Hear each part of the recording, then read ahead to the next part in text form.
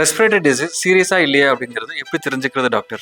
Respiratory diseases பொறுத்த வரைக்கும் டிசீஸோட seriousness ரெண்டு விஷயத்தை பொறுத்து இருக்கும். சிவியாரிட்டி ஆஃப் தி சிம்டம்ஸ், அதாவது எந்த ரெஸ்பிரேட்டரி டிசீஸா இருந்தாலும், ஃபார் எக்ஸாம்பிள் டான்சிலைட்டிஸா இருந்தாலும் சரி, அடினோலைட்டிஸா இருந்தாலும் சரி, சஃபகேட் ஆகுது இல்ல பிரெத்லெஸ்னஸ் போன்ற சிம்டம்ஸ் அதிகமா இருக்குன்னா சீரியஸான டிசீஸா தான் கன்சிடர் பண்ணணும். ரெண்டாவதா ரெஸ்பிரேட்டரி டிசீசஸோட கண்டேஜியஸ்னஸ் அல்லது தொற்று தன்மையை பொறுத்தும் அது உறுப்புகளை பாதிக்கிற தன்மையை பொறுத்தும் அதோட சீரியஸ்னஸ் நிர்ணயிக்கலாம். ஒரு ரெஸ்பிரேட்டரி டிசீஸ் வந்தா பண்ண வேண்டிய விஷயங்கள் என்ன டாக்டர்? ஒரு சளி தொந்தரவு வந்தா அது 3 நாளைக்கு மேல தொடர்ந்து இருந்தாலோ, நாளுக்கு நாள் சிம்டம்ஸ் சிவியர் ஆனாலோ, விடாம காய்ச்சல் வந்தாலோ, அடிக்கடி சளி தொந்தரவு வந்துட்டே இருந்தாலோ கண்டிப்பா நீங்க உங்க டாக்டரை பார்க்கணும். அவர் பரிந்துரைக்கிற டெஸ்ட்டை கட்டாயமா எடுக்கணும். மேலும் ஸ்மோக்கிங் போன்ற ஹேபிட்ஸ் டெஃபினட்டா உங்க ரெஸ்பிரேட்டரி சிஸ்டம் பாதிக்கிறதோட லங் கேன்சர் இல்ல லங் ஃபெயிலியர் வரைக்கும் கொண்டு போய் விட்டுரும். அதே மாதிரி தொடர்ந்து டஸ்ட்லயோ கெமிக்கல் எக்ஸ்போஷர்லயோ வேலை செய்யறவங்க தகுந்த மாஸ்க் அணிஞ்சு வேலை செய்யறதுன்றது ரொம்ப முக்கியம். லைஃப் ஸ்டைல் சேஞ்சஸ் இதுக்கு ஏதாவது ஹெல்ப் பண்ணுமா டாக்டர்?